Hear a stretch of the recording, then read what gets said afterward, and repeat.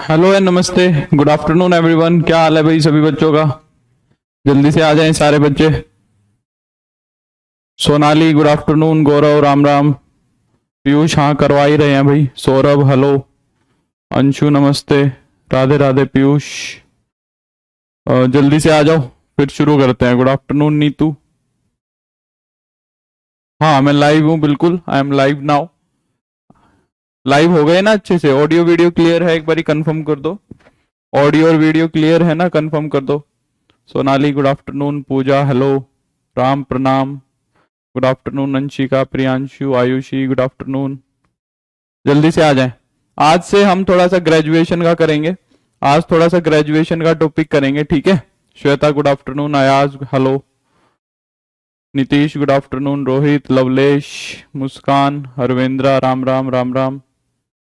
चलो दिवाकर राधे राधे। जल्दी से आ जाएं और फिर शुरू करेंगे। आज हमें करना है ग्रेजुएशन का 2 वेरिएबल शुरू करेंगे। Thank you so much Abhishek, thank you so much. चलो अवंती बिल्कुल।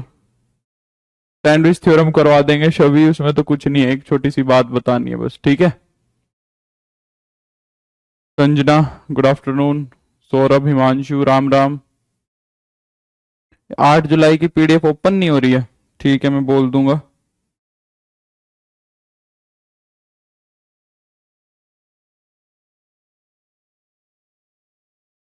Thank you Aditi, good afternoon Himanshu.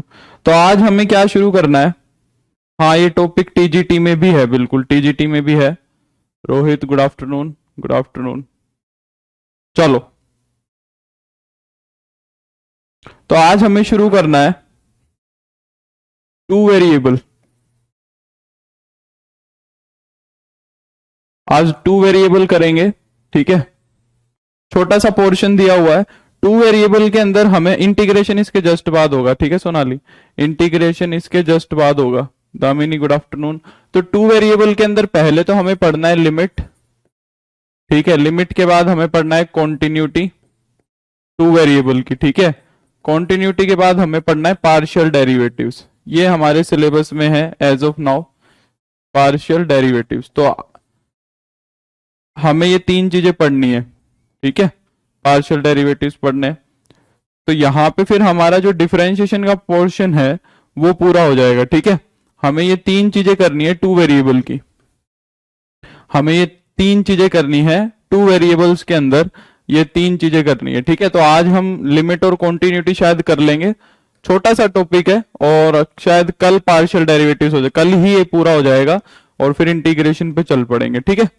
तो सबसे पहले हम डिस्कस करेंगे limit of A 2 variable function की, ठीक है? पहले तो 2 वेरिएबल फंक्शन क्या होता है ये देख लो। एक दो कुछ चीजें हैं, मैं बेसिक्स बता देता हूं।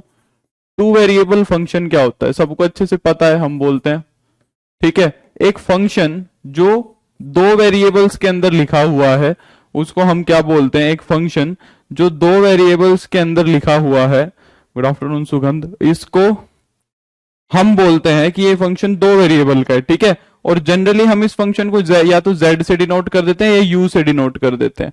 हम z से डिनोट करके चलेंगे, ठीक है? हम किस से डिनोट करके चलेंगे? z से डिनोट करके चलेंगे 2 वेरिएबल के फंक्शन को। जैसे कि मैं सिंपल सा एग्जांपल दूं, हाँ डिफरेंशियल इक्वेशन इंटीग्रेशन के बाद करेंगे। जैसे कि ये एक 2 वेरिएबल का फंक्शन है, ठीक है? जैसे कि तुम्हारा ये भी एक 2 वेरिएबल का फंक्शन है, ठीक है? ये भी 2 वेरिएबल का फंक्शन है।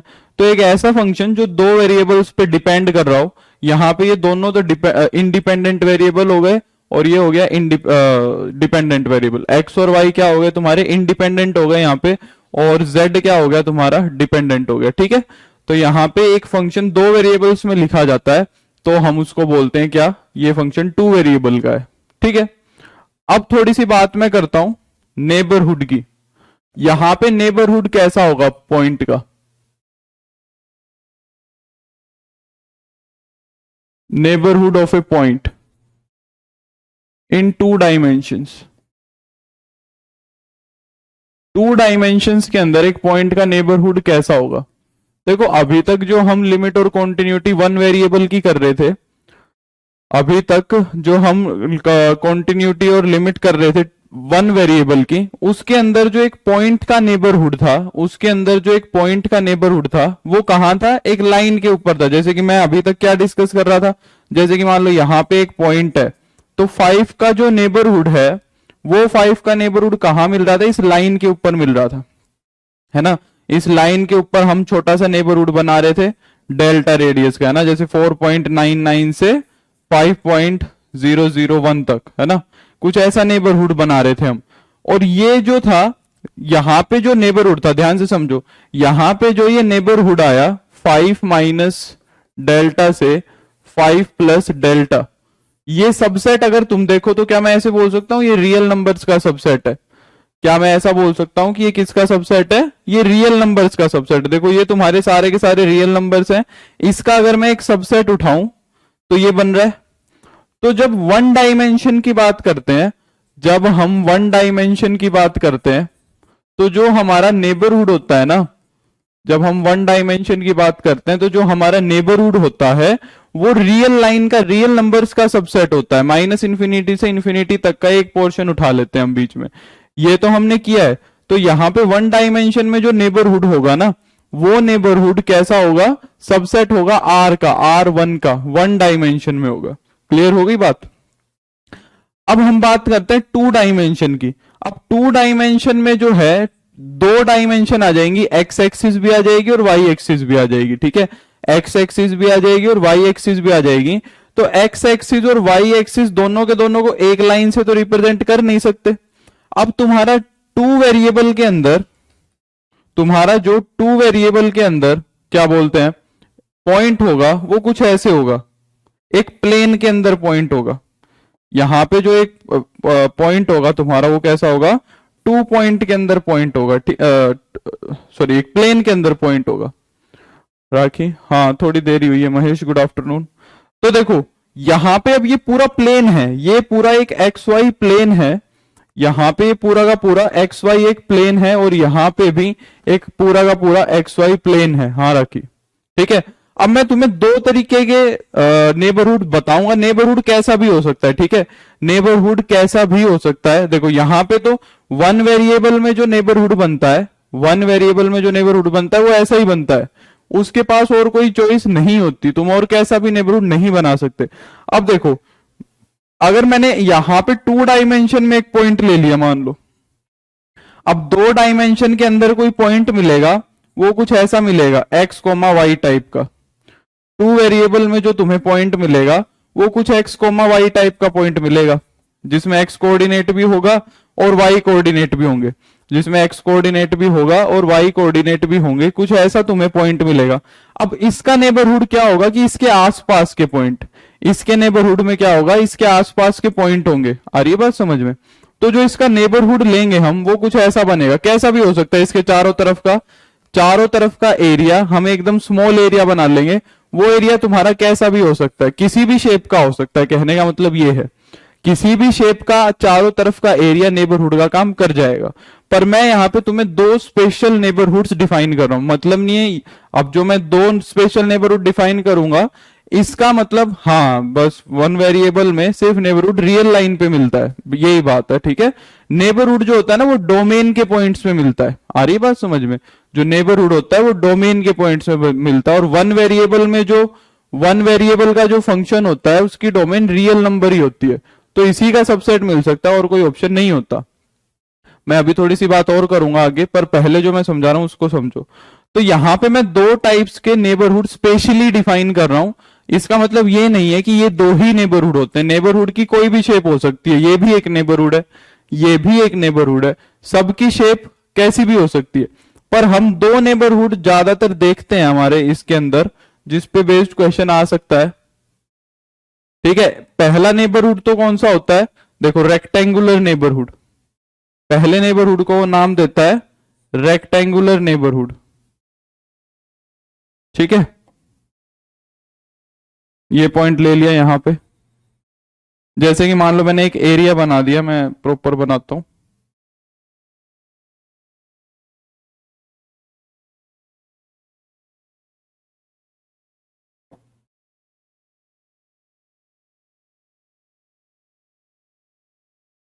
तो देखो ये तुम्हारा क्या है, एक रेक्टेंगुलर नेबरहुड है। थैंक यू अनुज।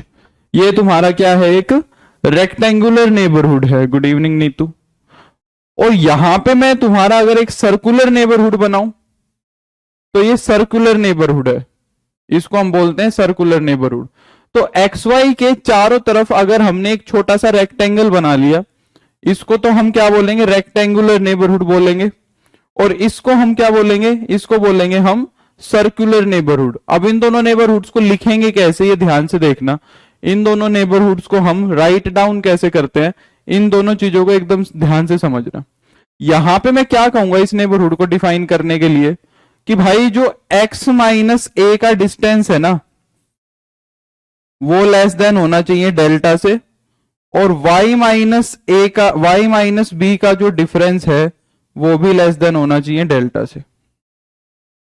आई बात समझ में? डेल्टा नहीं ले रहे हो तो कोई और भी ले सकते हैं, ठीक है, क्योंकि y वाला डिफरेंस जो है वो अलग भी हो सकता है। एक सेकंड, मैं इस चीज को वेरीफाई करना चाहूंगा। डेल्टा ही लेंगे, ठीक है। गुड आफ्टरनून मीनू, क्या समझ पाए इसको? देखो मैं तुम्हें ये चीज समझा पाता हूं, ये क्यों कह रहा है, ऐसा क्यों कह रहा है कि ये नेबरहुड ऐसा कैसे डिफाइन हो रहा है, ये नेबरहुड ऐसा कैसे डिफाइन हुआ, ये समझाता हूं। देखो मान लो हमने यहाँ पे एक पॉइंट लिया 2,5, मान लो यहाँ पे हमने पॉइंट लिया 2,5 और यहाँ पे क्या बना दिया, एक रेक्टेंगल बना दिया, है ना। मैंने कह दिया कि इसकी जो लेंथ है वो कितनी है, माना इस रेक्टेंगल की लेंथ है 3, ठीक है, इस रेक्टेंगल की लेंथ है 3 और इसकी जो विड्थ है ना, मान लो मैंने बोल दी 7, इसकी विड्थ बोल दी मैंने 7। अब मेरे को जरा एक बात बताओ, तुम मेरे को जरा एक बात बताओ कि यहां पे x कोऑर्डिनेट क्या है तुम्हारा, 2 है। यहां पे x कोऑर्डिनेट तुम्हारा क्या है, 2 है। और ये तुम्हारा x एक्सिस है और ये तुम्हारा y एक्सिस है, ठीक है। तो x की वैल्यू, जरा मेरे को एक बात बताओ, x की वैल्यू ये है और लेंथ इतनी है। तो अगर मैं 2 माइनस में, अगर मैं ये पॉइंट तो हमारा x मान के चल रहा हूं मैं, 2 माइनस में इस लेंथ के ऊपर से कोई भी पॉइंट अगर मैं उठाऊंगा, या फिर ऐसे लिख लूं, कोई भी पॉइंट यहां से उठाऊंगा, उस पॉइंट को मैंने बोल दिया x, और माइनस में जो तुम्हारा ये था इसको बोल दिया मैंने a। तो जो x माइनस ए है उसका जो मोड लेंगे, क्या वो हमेशा तुम्हारा, बताओ, एक नंबर आएगा पर्टिकुलर, उससे तो छोटा ही रहेगा। जैसे कि मान लो मैंने बोल दिया कि ये तुम्हारा यहाँ पे 3 है, मैक्सिमम डिस्टेंस कितना हो सकता है, मान लो ये सेंटर में मैं एज्यूम करके चल रहा हूं, तो लेस देन 2 आएगा, लेस देन 2 आएगा, ठीक है। अब देखो मैं क्या कह रहा हूं, ऐसा सोच लो कि ये पॉइंट इसके एकदम बीचों बीच है, ठीक है। अब x माइनस 2 जो है, मैं कह रहा हूं उसका अगर मैं मोड लूंगा तो हमेशा 2 से छोटा आएगा। कैसे, देखो जैसे कि मान लो तुमने यहां पे कोई भी पॉइंट ले लिया, सपोज यहां पॉइंट ले लिया, अब उस पॉइंट का जो डिस्टेंस है इस वाले पॉइंट से, क्या वो 2 से छोटा नहीं रहेगा, क्योंकि ये पॉइंट एकदम सेंटर में है। यहां से यहां तक का डिस्टेंस भी 1.5 है और यहां से यहां तक का डिस्टेंस भी 1.5 है। मानते हो इस बात को? यहां से यहां तक का डिस्टेंस भी 1.5 तो 2 से अगर तुम कोई भी पॉइंट का डिस्टेंस देखोगे तो वो हमेशा 2 के मॉडुलस से कम ही रहेगा।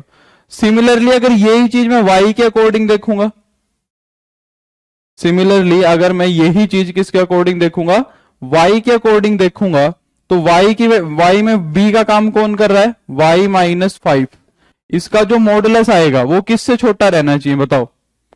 हाँ हाँ बिल्कुल यश, न्यू टॉपिक है। जो y है तुम्हारा, अगर मैं y माइनस 5 का मॉडुलस चेक करूंगा, ये पूरा डिस्टेंस 7 है, तो ये आधा आधा कितना मिलेगा, 3.5 मिलेगा। ये पूरा पूरा कितना मिलेगा तुम्हें, 3.5। तो अगर तुम यहां से किसी का भी पॉइंट का डिस्टेंस चेक करोगे तो वो भी तो 2 से छोटा ही मिलेगा। वेलकम अनुज, हाँ या ना, बताओ। समझ पाए इस बात को? कुल मिला के कहना चाह रहा है, कुल मिला के कहना चाह रहा है कि अगर हम इस पॉइंट से x के रिस्पेक्ट में देखेंगे तो हमेशा डिस्टेंस 2 से छोटा ही रहेगा। और यहां देखेंगे, बस ऐसा मान लो कि ये वाला जो नेबरहुड है ये x एक्सिस पे है, ठीक है, और ये वाला जो नेबरहुड है ये y एक्सिस पे। बस दोनों नेबरहुड को अलग अलग लिख दिया, ठीक है, दोनों नेबरहुड को अलग अलग लिख दिया। तुम 1 पॉइंट पे कैसे लिखते हो भाई, सुनो सुनो मेरी बात को सुनो। रियल लाइन के ऊपर जैसे मान लो यहां 5 लिखा हुआ है और यहां पे तुमने बना दिया 4.99 से लेके 5.001 तक, यही तो करते हो। हाँ, ये बीएससी का टॉपिक है बिल्कुल। तो अगर मैं तुमसे कहूं यहां से कोई भी एक्स उठाओगे, इस नेबरहुड से कोई भी एक्स उठाएंगे, इस नेबरहुड से कोई भी एक्स उठाएंगे और उसका 5 से डिस्टेंस देखेंगे तो, और उसका मोड लेंगे तो वो हमेशा 1 से छोटा आएगा। क्या नहीं आएगा? सिंपल सी तो बात है, सिंपल सी तो बात है। या तो 1 बोल दो, 0.5 बोल दो, अगर मैं 0.5 बोल दूं तो 0.5 से भी छोटा आएगा। हाँ है ना? क्योंकि देखो तुम यहां से कोई भी एक्स उठाओ, कोई भी एक्स उठाओ, और अगर उस एक्स में से तुम क्या कर दो, वे 5 को सब्ट्रैक्ट कर दोगे तो वो हमेशा 0.5 से ही छोटा रहेगा। क्योंकि यहां तक तो हम माइनस का 0.1 किया और यहां पे भी 0.1 ही किया है। यहां पे तो हमने 0.1 को भी नहीं सब्ट्रैक्ट किया, हमने यहाँ पे 0.0001 को किया, यहां पे भी 0.001 को किया।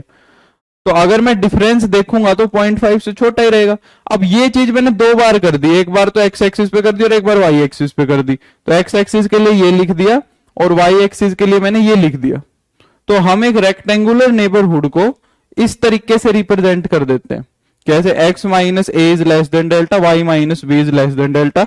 डेल्टा देख लेंगे, जो दोनों में कॉमन बन रहा होता है ना वो ले लेते हैं। ठीक है, जो डेल्टा लेते हैं वो दोनों में क्या ले लेते हैं? कॉमन। जो x ले रहे हैं उसको नंबर लेके दिखा दो। अरे यही तो दिखा रहा हूं भाई। अच्छा, x को भी नंबर देखो, देखो देखो, ये बहुत सिंपल सी चीज है, पता नहीं क्यों कंफ्यूज हो रहे हो। मान लो ये एक छोटा सा नेबरहुड बनाया मैंने, इसको तुम बहुत बड़ा देखो, मान लो इतना बड़ा बना लो, जूम कर दिया, जूम करके बना लिया।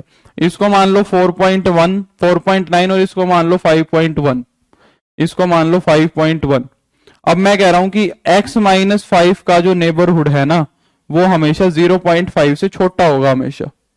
अब यहां से तुम्हारा जो मन करे ना, यहां से तुम्हारा जो मन करे वो x उठा के देखो। मान लो तुमने x को 5 ही ले लिया, x को तुमने 5 ही ले लिया। अगर 5 का 5 से डिस्टेंस देखा जाए, 5 का 5 से डिस्टेंस देखा जाए तो 0 आएगा, वो भी 0.5 से छोटा है। अगर यहां पे कोई नंबर ले लिया, मान लो तुमने 4.99, इस टाइप का 4.9 से आगे ही मिलेगा 4.99। अगर तुम x की जगह पे 4.99 रखो तो 4.99 माइनस का 5, इसका जो मॉडुलस आएगा ये भी 0.5 से छोटा ही आएगा। अगर तुम यहां से कोई x उठाओगे 5.001 तो उसका अगर डिफरेंस देखोगे 5 से, उसका डिस्टेंस देखोगे 5 से, तो भी 0.5 से छोटा ही आएगा। ये कहना चाह रहा हूं।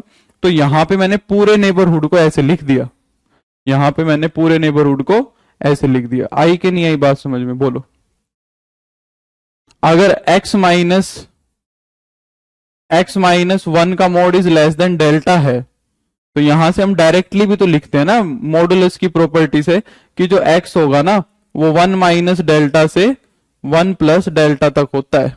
यही तो मतलब होता है इसका, इसका यही तो मतलब होता है ना? तो यही लिखा है, कुछ और थोड़ी ना लिखा है। तो ये हो गया तुम्हारा रेक्टेंगुलर नेबरहुड, ये हो गया तुम्हारा रेक्टेंगुलर नेबरहुड। ये डेल्टा है अंशिका, 0.5 क्या है? डेल्टा है। ठीक है, थैंक यू अनुज। 0.5 जो है ना वो डेल्टा है। ठीक है, और वो कुछ भी हो सकता है, वो कुछ भी हो सकता है, वो हम कुछ भी मान सकते हैं उसको। ठीक है, वो एक वैल्यू मैंने तुम्हें सिर्फ लेके दिखाई है। ठीक है, अब सर्कुलर नेबरहुड को कैसे डिफाइन करोगे? सर्कुलर नेबरहुड को देखो, सर्कुलर नेबरहुड को वो ऐसे डिफाइन करता है जैसे हम सर्कल को डिफाइन करते हैं। देखो मान लो मैंने कह दिया कि ये सर्कल है, ये सर्कल है, यहां पे तुम्हारा एक्स ए इसका सेंटर है, मान लो कुछ भी ए कोमा बी सेंटर है, ए कोमा बी सेंटर, और मैंने सर्कल की रेडियस कह दी कितनी है, मान लो 5 कह दी। सर्कल की रेडियस कितनी है? 5 है।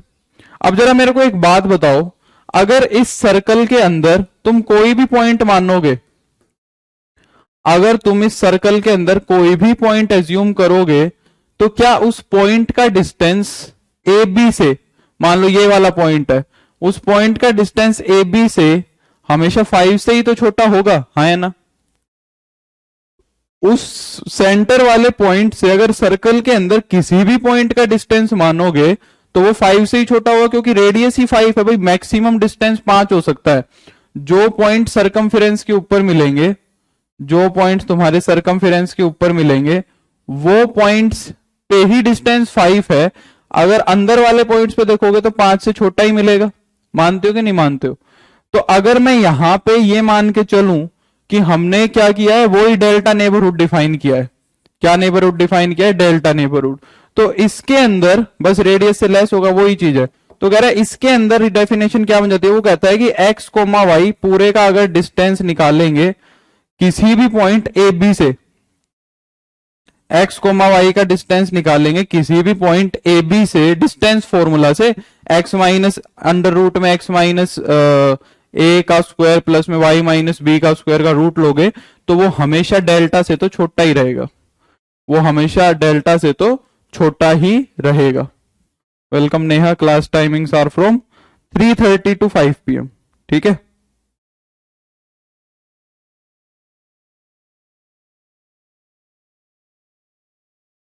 क्लियर हो गई बात?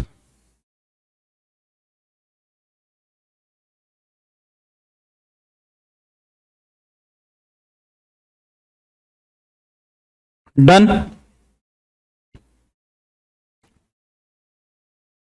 Delta is radius, delta neighbourhood ही लगा लो। ठीक है, डेल्टा नेबरहुड हो गया।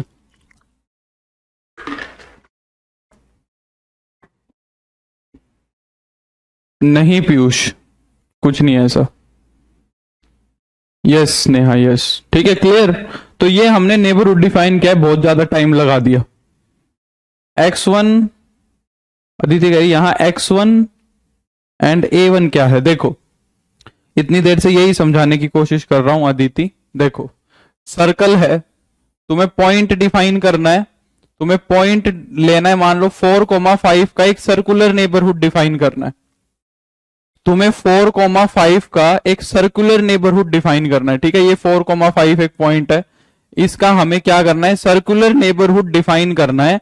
और उस नेबरहुड की लेंथ कितनी होनी चाहिए, तो डेल्टा होना चाहिए। वो मान लो मैंने कह दिया कि 0.5 होना चाहिए, डेल्टा कितना होना चाहिए, 0.5। तो इसका सर्कुलर नेबरहुड कैसे डिफाइन करेंगे हम, इसका सर्कुलर नेबरहुड हम ऐसे डिफाइन करेंगे कि भाई कोई भी एक्स कोमा वाई उठाऊं मैं, यहां से कोई भी एक्स कोमा वाई उठाऊं और उस एक्स कोमा वाई का अगर मैं डिस्टेंस कैलकुलेट करूंगा किससे, 4,5 से, उसका अगर मैं डिस्टेंस कैलकुलेट करूंगा 4,5 से, तो वो जो डिस्टेंस है वो 0.5 से तो छोटा ही होगा। पीयूष मैं करवा तो रहा हूं यार, सारे क्वेश्चंस तो मैं करवा रहा हूं। तो इस तरह डिफाइन करेंगे। अब कोई भी पॉइंट उठाओगे यहां पे एक्स कोमा वाई, तो उसका डिस्टेंस अगर 4,5 से मानेंगे तो वो डेल्टा से छोटा ही रहेगा, ऐसा बोलना चाह रहे हैं। अब बात समझ में आ गई होगी जहां तक मेरे को उम्मीद है। सारे पॉइंट्स तो लिख नहीं सकते ना हम, तो सारे पॉइंट्स की जगह हमने एक्स वाई लिख दिया। क्लियर हो गई बात? चलो, तो ये बात हो गई हमारी अब नेबरहुड की। इस पे बहुत ज्यादा समय लग गया, इतना मेरे को उम्मीद नहीं थी कि इतना समय लगाएंगे हम। खैर, पर कोई बात नहीं, ठीक है। तुम्हारे डाउट्स क्लियर करने में मेरे को टाइम लग जाता है। अदिति अदिति कह रहा है कि अदिति कह रहा है अदिति कह रही है हम बहुत स्लो चल रहे हैं, बाकी कोचिंग वाले जल्दी जल्दी पढ़ा रहे हैं। अब तुम्हारे डाउट्स मेरे को क्लियर करने हो जाते हैं, इस वजह से लेट हो जाता है। नहीं तो मैं भी एक क्लास में ही करवा दूंगा ये सारा, फॉर्मूले बताए, क्वेश्चन करवा दिए तो हो जाएगा, है ना। खैर, मैं अब थोड़ा सा इसको स्पीड अप करके चलूंगा चीजों को। मैं सोच भी रहा था थोड़ा स्पीडली करेंगे अब आगे, ठीक है। काफी बेस वेस बन गया, तुम जो बच्चे शुरू से पढ़ रहे हैं उनकी थोड़ी सी बॉन्डिंग भी हो गई है, तो उनको पढ़ना आ गया होगा। हाँ, ठीक है, चलो अब बढ़े आगे।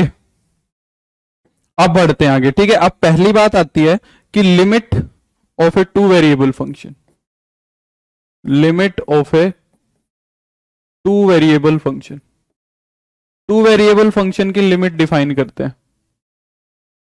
तुम्हारे लिए इंपॉर्टेंट रहेगा पार्शियल डेरिवेटिव। यहां से बस मैंने तुम्हारे प्रीवियस ईयर देख लिए, तुम्हें यहां से पार्शियल डेरिवेटिव्स जो है हाँ बिल्कुल, तुम्हारे जो पार्शियल, हमने कैलकुलस कर लिया ना, हमने कैलकुलस कर लिया तो अब काफी चीजें कर ली हमने। पता है कैलकुलस अगर हमारा कंप्लीट हो जाएगा तो हमने बहुत बड़ा पोर्शन कर लिया। तुम देखना, हम काफी बड़ा पोर्शन कवर कर लेंगे, ठीक है। देखो, सितंबर अक्टूबर तक फिनिश करने की उम्मीद, अक्टूबर में सोच रहा हूं कि मैं अक्टूबर तक तुम्हारा हो जाए, अक्टूबर में ही तुम्हारा टेस्ट आने का है। अगर अक्टूबर तक हो जाए तो बेटर है। चलो, limit of a two variable function, time waste मत करो। आज मैं लिमिट और कॉन्टिन्यूटी करवा के कल इसको खत्म करूंगा पार्शियल डेरिवेटिव को। Limit of a two variable function, अब मैं रिप्लाई नहीं करूंगा, ठीक है, थैंक यू अर्चना, नहीं नहीं कोई बात नहीं। Limit of a two variable function क्या होता है, देखो वन वेरिएबल की लिमिट क्या थी, हाँ वन वेरिएबल की, नहीं नहीं टीजीटी पीजीटी दोनों के लिए अब मैं जवाब ही देता देता रह जाऊंगा बस। Limit of A one variable function क्या थी, एक वेरिएबल की फंक्शन की लिमिट क्या थी, हम कहते थे अगर x a को अप्रोच कर रहा है, अगर x a को अप्रोच कर रहा है तो एफ एक्स किसको अप्रोच करना चाहिए, किसी लिमिट l को अप्रोच करना चाहिए, ये वन वेरिएबल की थी, उसी से कंपेयर करके चलेंगे। अगर x हमारा a को अप्रोच कर रहा है तो हमारा फंक्शन किस चीज को अप्रोच कर रहा है, हमारा फंक्शन किस चीज को अप्रोच कर रहा है, तो हम बोलते थे कि फंक्शन क्या होगा, हमारा फंक्शन की लिमिट l होगी, याद है तुम्हें, अगर x a को अप्रोच करता है तो फंक्शन l को अप्रोच करता है, ये तो मैंने इतनी अच्छी तरीके से पढ़ाया था तुम्हें जिसकी कोई हद नहीं है, ठीक है। तो देखो इसकी जो हम मैथमेटिकल डेफिनेशन देते हैं वन वेरिएबल की, वन वेरिएबल की जो मैथमेटिकल डेफिनेशन हम देते हैं, हम कहते हैं कि ये function, a function has a limit L when x approaches to a if for given epsilon greater than 0। अभी मैं एक बार तुम्हें थोड़ा सा आगे की डेफिनेशन बता रहा हूं लिमिट की, पहले वन वेरिएबल की। A function has a limit l when x approaches to a if for given epsilon greater than 0 there exist delta greater than 0 such that वो क्या कहता है कि fx का अगर डिस्टेंस निकाले l से वो हमेशा लेस देन रहना चाहिए एप्सिलॉन से, व्हेन एवर, या फोर ही लिख लो, for x minus a is less than delta. इस डेफिनेशन को समझते हैं एक बार थोड़ा सा, ठीक है, थोड़ा सा इस डेफिनेशन को समझते हैं, फिर टू वेरिएबल वाली तुम्हें एकदम आराम से समझ आ जाएगी। देखो वन वेरिएबल को समझते हैं, देखो जैसे मान लो मैंने एक फंक्शन का ग्राफ बना लिया, मान लो ये फंक्शन का ग्राफ बना लिया, ठीक है, और जो फंक्शन है तुम्हारा यहां पे मैंने बोल दिया 5 के ऊपर मैं बोल के चल रहा हूं कि 5 के ऊपर फंक्शन की जो लिमिट आ रही है, अगर एफ एक्स 5 को अप्रोच कर रहा है तो माना फंक्शन ना 10 को अप्रोच कर रहा है, ये बोल दिया मैंने कि फंक्शन किसको अप्रोच कर रहा है, 10 को अप्रोच कर रहा है। तो इसका मतलब अगर मैं 5 के ऊपर फंक्शन को यहां पे देखूंगा, सॉरी इसके ऊपर अगर मैं फंक्शन को यहां पे 5 पे देखूंगा,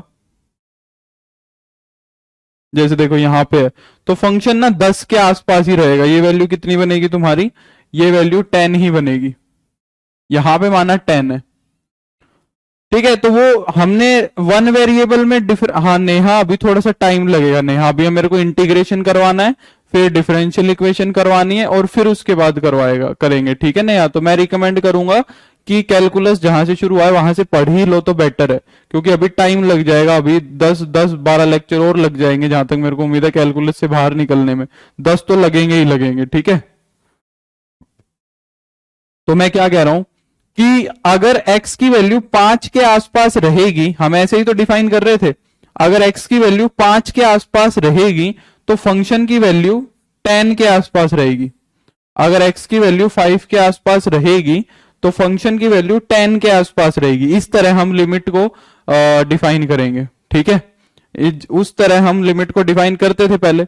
हाँ आते हैं, और अब देखो वो क्या कह रहा है, वो इस चीज को ऐसे डिफाइन कर रहा है कि यहां से तुम कोई भी एप्सिलॉन मान लो, ये एप्सिलॉन जो है पहले हम इसको मानते हैं, मान लो मैंने तुम्हें कह दिया कि भाई एप्सिलॉन ले लो 0.2, मैंने कह दिया एप्सिलॉन ले लो 0.2, तो तुम क्या करोगे, तुम यहां पे एक 0.2 का एक नेबरहुड बनाओगे, जैसे कि 0.2 का नेबरहुड क्या बनाओगे, 0.2 का नेबरहुड बन जाएगा हमारा 9.8 से, सॉरी 10 ऊपर तो आएगा 10.2 से 9.8। वो कहता है ये एप्सिलॉन मैंने तुम्हें दे दिया, मैं खुद दे रहा हूं तुम्हें एप्सिलॉन, कि मैं कह रहा हूं एप्सिलॉन लेके चलो 0.2। अब तुम्हें क्या करना है, इस एप्सिलॉन के लिए, इस एप्सिलॉन का ये नेबरहुड बन गया, इस एप्सिलॉन के लिए तुम्हें एक्स एक्सिस के ऊपर क्या ढूंढना है, एक डेल्टा ढूंढना है, इस एप्सिलॉन के लिए तुम्हें क्या ढूंढना है, एक डेल्टा ढूंढना है। तो देखो ये डेल्टा है, यहां पे डेल्टा मिलेगा। तो सपोज तुमने डेल्टा ढूंढ लिया क्या, 4.9 से 5.1, मतलब डेल्टा कितना ढूंढ लिया तुमने, 0.1 ढूंढ लिया। डेल्टा कितना ढूंढ दिया तुमने, 0.1 ढूंढ दिया। आ रही है बात समझ में?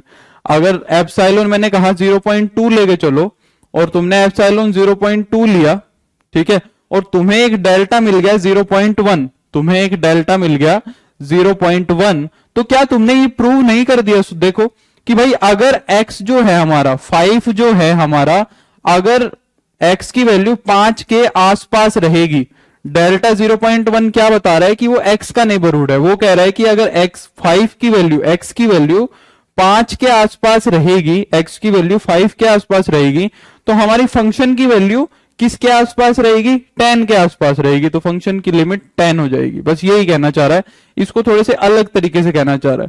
जो डेल्टा और एप्सिलॉन है इतने छोटे नहीं होते, इतने बड़े नहीं होते, और भी छोटे होते हैं, 0.000 में होते हैं। ये मैंने तुम्हें समझाने के लिए ले लिया। तो वो हमें क्या कहेगा कि भाई एप्सिलॉन इतना ले लो। मान लो तुम्हें इसी क्वेश्चन के अंदर उसने कह दिया एप्सिलॉन ले लो 0.002, मान लो ये दे दिया। अब तुम इसके लिए डेल्टा निकालने चले, तुमने डेल्टा और भी छोटा निकाल दिया 0.00001। तो हम कहेंगे अगर x का नेबरहुड इतना छोटा बनेगा यहां पे, तो f का नेबरहुड इतना बनेगा, एप्सिलॉन रेडियस का बनेगा, एप्सिलॉन लेंथ का बनेगा। तो फंक्शन की लिमिट कितनी हो जाएगी, फंक्शन की लिमिट हो जाएगी तुम्हारी कितनी, 10। ठीक है, अब अगर इसको डेफिनेशन में लिखना है, यहां पे fx अप्रोचिंग टू 10 था, तो अगर इसको डेफिनेशन में लिखना है तो मैं कैसे लिखूंगा कि भाई अगर x माइनस 5, अगर x minus 5 is less then कितना है, डेल्टा कितना आया था उसमें 0.1 आया था। ठीक है, तो यहां से जो तुम्हारा fx है, ठीक है, या ऐसे लिख दो जैसे लिखना चाहो, fx जो है, fx माइनस 10 जो है वो लेस देन 0.2 होगा whenever x माइनस 5 कितना होगा, 0.1 होगा। तो इसका मतलब क्या है कि जो फंक्शन है वो 10 के आसपास है, और आसपास कितना है, 0.2 रेडियस में रहेगा। आसपास कितना है, 0.2 रहेगा डेल्टा की वैल्यू। कब, जब x की वैल्यू 0.1 नेबरहुड में रहेगी 5 के। तो ये लिमिट ही एक तरीके से देखो, ये वही तो कहना चाह रहा है, अगर x 5 के आसपास रहेगा तो हमारा जो फंक्शन है वो 10 के आसपास रहेगा। तो फंक्शन की लिमिट कितनी हो जाएगी, फंक्शन की लिमिट हो जाएगी 10। समझ पा रहे हो कि नहीं समझ पा रहे हो, जल्दी कमेंट करो। मैं बहुत ज्यादा डेप्थ में नहीं घुसना चाह रहा, मैं चाह रहा हूं कि बस क्वेश्चन बन जाए हमारा, क्योंकि बहुत ज्यादा डेप्थ में जाएंगे तो बहुत टाइम लग जाएगा इसके अंदर। ठीक है, मैं डेफिनेशन के क्वेश्चन भी नहीं करवाऊंगा, मैं तुम्हें क्वेश्चन करने सिखाऊंगा बस। ठीक है, डेफिनेशन के क्वेश्चन करवाएंगे तो अलग ही डायरेक्शन में चले जाएंगे हम। ठीक है, उस डायरेक्शन में नहीं जाना हमें, क्वेश्चन की डायरेक्शन में ही रहना है। तो क्या ये डेफिनेशन समझ में आई? अब यहां पे अगर ये डेफिनेशन तुम्हें समझ में आ गई तो कुछ नहीं करना, वन वेरिएबल को टू वेरिएबल से रिड्यूस करना है। वन वेरिएबल को क्या करना है, टू वेरिएबल से रिड्यूस करना है। तो हम क्या कहेंगे कि ये फंक्शन, हम कह देंगे कि ये function f x y, a function f x y approaches to l, a function f x y approaches to l if for given delta, if for given delta, कोई डेल्टा अगर तुम्हें दे दिया 0 से बड़ा, there exist, if for given epsilon, sorry, if given epsilon, इसको हम क्या बोलते हैं तो पता ही होगा सभी बच्चों को, एप्सिलॉन। ठीक है, epsilon. If for given epsilon greater than 0, there exist delta, there exist delta greater than 0 such that, क्या बात सेटिस्फाई कर जाए, ठीक है, क्या बात सेटिस्फाई कर जाए कि एफ एक्स वाई जो है उसका अगर डिस्टेंस देखें एल से, तो वो हमेशा एप्सिलॉन से छोटा रहना चाहिए व्हेनेवर, जब भी। अच्छा, अब नेबरहुड हम कैसा डिफाइन कर लेते हैं यहाँ पे, चाहे से तो रेक्टेंगुलर डिफाइन कर लो, अब टू वेरिएबल में डिफाइन करना है ना हमें। टू वेरिएबल के नेबरहुड ऐसे आएंगे, टू वेरिएबल का नेबरहुड या तो ऐसा दिखेगा या टू वेरिएबल का नेबरहुड ऐसा दिखेगा। जैसा लिखना चाहो वैसा लिख सकते हो। वहां पे तो नेबरहुड एक ही बनता है वन वेरिएबल में, तो वन वेरिएबल के अंदर तो तुम्हारा नेबरहुड बस ऐसा ही बनता है, ये अकेला बनता है। टू वेरिएबल के अंदर तो बहुत सारे नेबरहुड बन सकते हैं। तो तुम यहाँ पे डेफिनेशन के अंदर जो नेबरहुड लिखना चाहो वो लिख दो, चाहे से रेक्टेंगुलर लिख दो चाहे से सर्कुलर लिख दो। तो वेन एवर मैं क्या कह दूंगा कि x माइनस ए का जो मोड है वो लेस देन डेल्टा, और y माइनस ए का जो मोड है, y माइनस बी का जो मोड है वो भी लेस, ये कोमा है ठीक है, लेस देन डेल्टा। रेक्टेंगुलर में लिखो तो ऐसे लिखो, सर्कुलर में लिखना है तो ऐसे लिख दो, और अंडर रूट में x माइनस ए का स्क्वायर प्लस में y माइनस बी का जो स्क्वायर है, y माइनस बी का जो स्क्वायर है वो क्या होना चाहिए, लेस देन डेल्टा होना चाहिए। ठीक है, वो क्या होना चाहिए, लेस देन डेल्टा होना चाहिए। आई बात समझ में? तो ये डेफिनेशन बन जाती है, हमें इस डेफिनेशन पे नहीं जाना, इतना बस समझना है। इस पूरी बात को हम कुल मिला के कैसे लिख देते हैं, इस पूरी बात को हम कुल मिला के ऐसे लिख देते हैं कि लिमिट अगर x a को जा रहा है y b को जा रहा है तो हमारा फंक्शन जो एफ एक्स वाई है वो l को जाएगा। ठीक है, इस पूरी बात को हम ऐसे लिख देते हैं। इस चीज को कंबाइंड भी लिख देते हैं हम कई बारी, इस चीज को हम क्या लिख देते हैं, कंबाइंड भी लिख देते हैं। कैसे कि limit x comma y approaches to a comma b, f x ये कितनी आनी चाहिए तुम्हारी, l आनी चाहिए। इस चीज को हम ऐसे भी लिख सकते हैं कंबाइंड तरीके से कि एफ एक्स वाई जो है, जो एफ एक्स वाई है, यहाँ पे एफ एक्स वाई 2 वेरिएबल का फंक्शन बनाओ,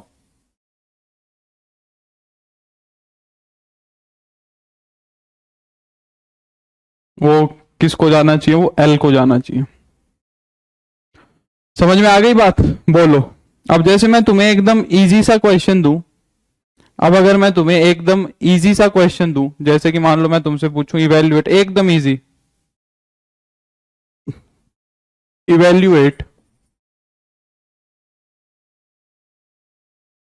limit x comma y approaches to 2 comma 3 x square minus का 2x प्लस का वाई स्क्वायर माइनस का 4, बताओ ये लिमिट कितनी आएगी? हाँ बिल्कुल दीपक, बताओ ये कितनी आएगी?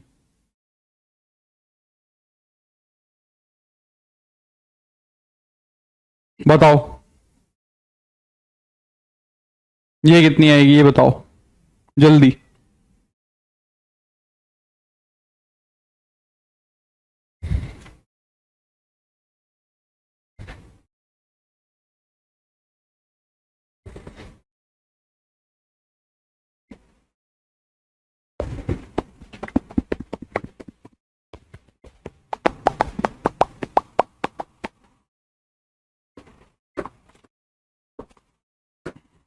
क्या करेंगे? बिल्कुल अभिषेक, सुभाष, वेरी गुड, दीपक। x की वैल्यू तो 2 रख देंगे और y की वैल्यू 3 रख देंगे। x को 3 अप्रोच करवा देंगे, y को 2 करवा देंगे, तो ये तो हो जाएगा 2 का स्क्वायर माइनस का 2 इंटू में 2 प्लस में 3 का स्क्वायर माइनस का 4, तो 4 माइनस का 4 प्लस में 9 माइनस का 4, तो 5 आ गया। ठीक है, बिल्कुल 5। इसका मतलब ये जो फंक्शन है, अब इस चीज का मतलब समझो। देखो ये एक्चुअली में तुम्हें पता है इसको रिप्रेजेंट नहीं कर पाएंगे हम, इस वाली चीज को हम रिप्रेजेंट नहीं कर पाएंगे। देखो मैं तुम्हें थोड़ा सा अगर विजुअलाइज करवा के दिखाऊं,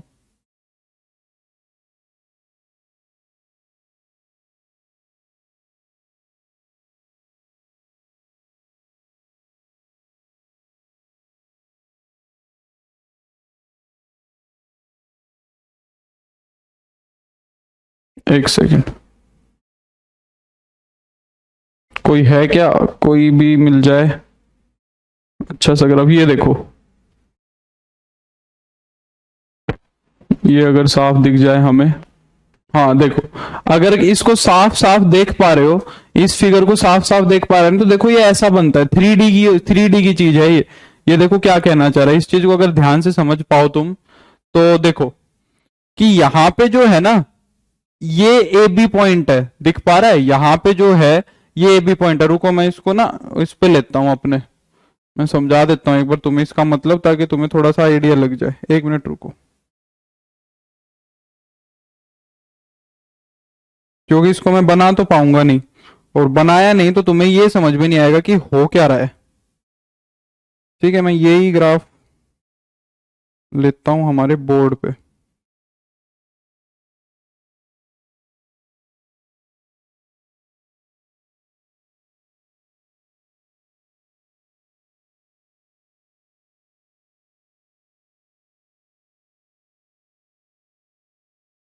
एक सेकंड रुको।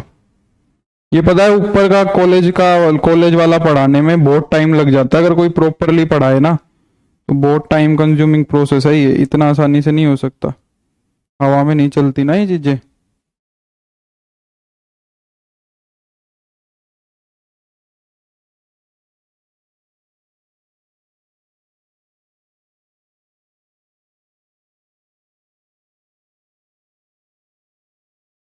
थोड़ा सा मतलब समझ में आना जरूरी है, चाहे कुछ भी करो यार।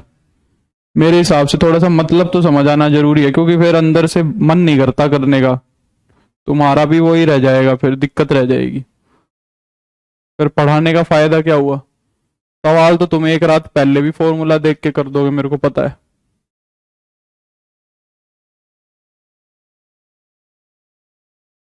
देखो मैं तुम्हें एक बात समझाता हूँ, थोड़ा सा अगर ये देख पाए ना तो बहुत खतरनाक चीज लगेगी तुम्हें, अगर तुम इसको विजुलाइज कर पाए तो ये तुम्हें काफी अच्छा लगेगा।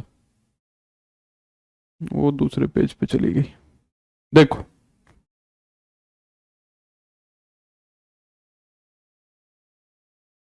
अब ना इसको ध्यान से देखने की कोशिश करो, विजिबल होगा ठीक ठाक से।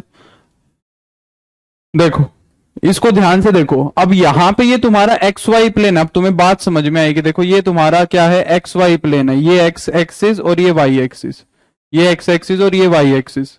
और ये जो ऊपर बना हुआ है ना, ये छत बनी हुई है, देखो ये जो ऊपर छत बनी हुई है एक्चुअली में यही है, ये हवा में बना हुआ है 3D, ये ऐसे फ्लोट कर रहा है। ये मान के चलो जैसे तुम्हारे रूम में तुम्हारा जो फर्श है ना वो एक्स और वाई एक्सिस है, जो तुम्हारा वो फर्श है वो एक्स वाई प्लेन है, और उसके ऊपर तुमने मान लो ऐसे कुछ कर्व बना दिया हवा में, तो मूवीज में देखते होगे ना ऐसा बना रहता है। तो ये हवा में बना हुआ है, एकदम स्पेस में बना हुआ है, 3D में बना हुआ है। तो अब वो क्या कहना चाह रहा है, देखो हमने क्या निकाला, अब हमने कैलकुलेट किया, अरे ये अटक गया यहाँ पे, ठीक है। तो यहाँ पे हमने क्या कैलकुलेट किया, यहाँ पे हमने कैलकुलेट किया कि अगर एक्स वाई, अगर हमारा जो एक्स वाई है वो 2 3 को जा रहा है, तो ये जो फंक्शन दिख रहा है ना तुम्हें, ये फंक्शन 5 को जाएगा। इसका मतलब क्या है, इसका मतलब ये है कि ये वाला पॉइंट देखो, ये ए बी बनाया हुआ, ये ए बी जो पॉइंट बनाया हुआ है ये 2,5 है। कितना लिया था मैंने, 2,3 लिया था। तो ये वाला पॉइंट कितना है, 2,3 है।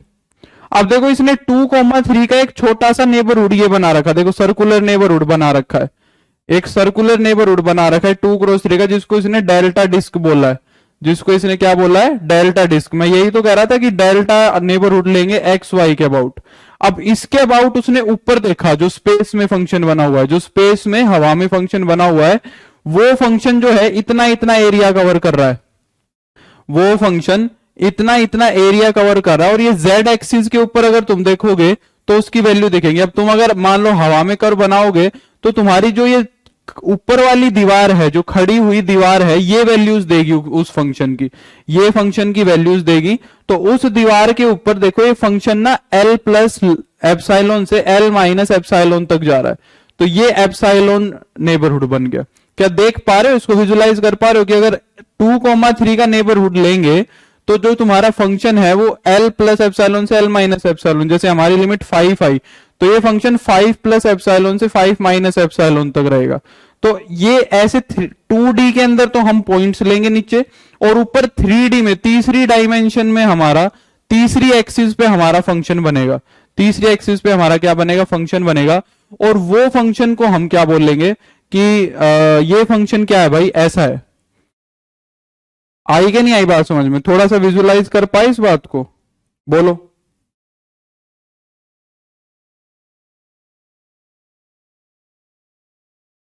हाँ है ना, कुछ विजुअलाइजेशन हुआ या नहीं हुआ? चलें आगे। थैंक यू दीपक। बोलो, जो मैं समझाना चाह रहा हूं क्या वो बात समझे? क्योंकि 2 डायमेंशन में तो इजीली समझ जाते हैं हम, जो मैं बना रहा था कि भाई यहां पे एक्स एक्सिस है, वाई एक्सिस पे कर्व बन जाता है।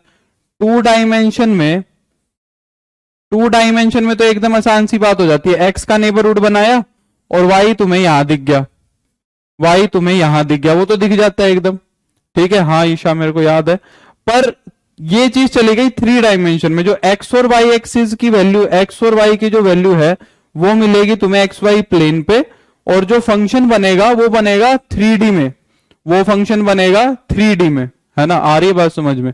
और अगर वो 3D पे बनेगा तो वो 3D में जो थर्ड डायमेंशन पे फंक्शन बन रहा है जेड एक्सिस पे, वहां पे वैल्यू दिख रही है फंक्शन की, वहां पे फंक्शन वैल्यू दिख रही है। ये थोड़ा सा इमेजिन करने वाली चीज है, ये थोड़ा सा इमेजिन करने वाली चीज है। तो ये मेरे को उम्मीद है समझ आ गई होगी। अब चलते हैं वापस से, ज्यादा इसकी डेप्थ में नहीं जाते हैं।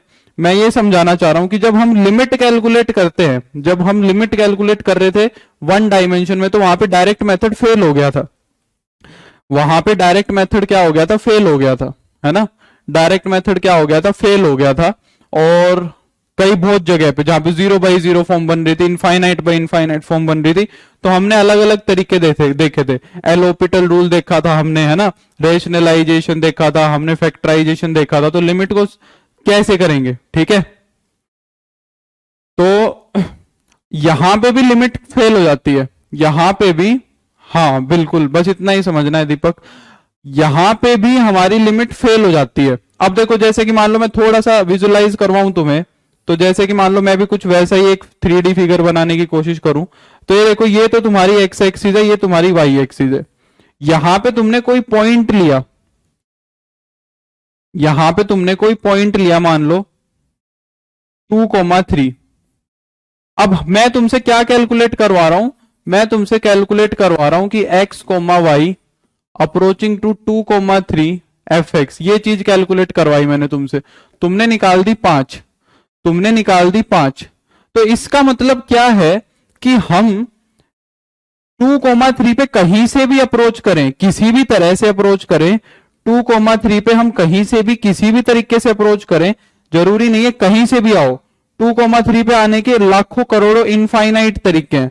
2,3 पे कहीं पे भी आए, जो हमारा फंक्शन ऊपर हवा में बन रहा है 3D फिगर, वो 3D फिगर कहां दिखेगा, हमें 5 पे ही दिखेगा, जेड एक्सिस पे उसकी वैल्यू मेरे को 5 ही दिखेगी। मैं यहां पे x, y से किसी भी डायरेक्शन से कैसे भी अप्रोच करवाऊं, यहां पे अगर मैं 2,3 के पास जाऊंगा तो जो फंक्शन की वैल्यू है ना, वो 5 के पास ही दिखेगी।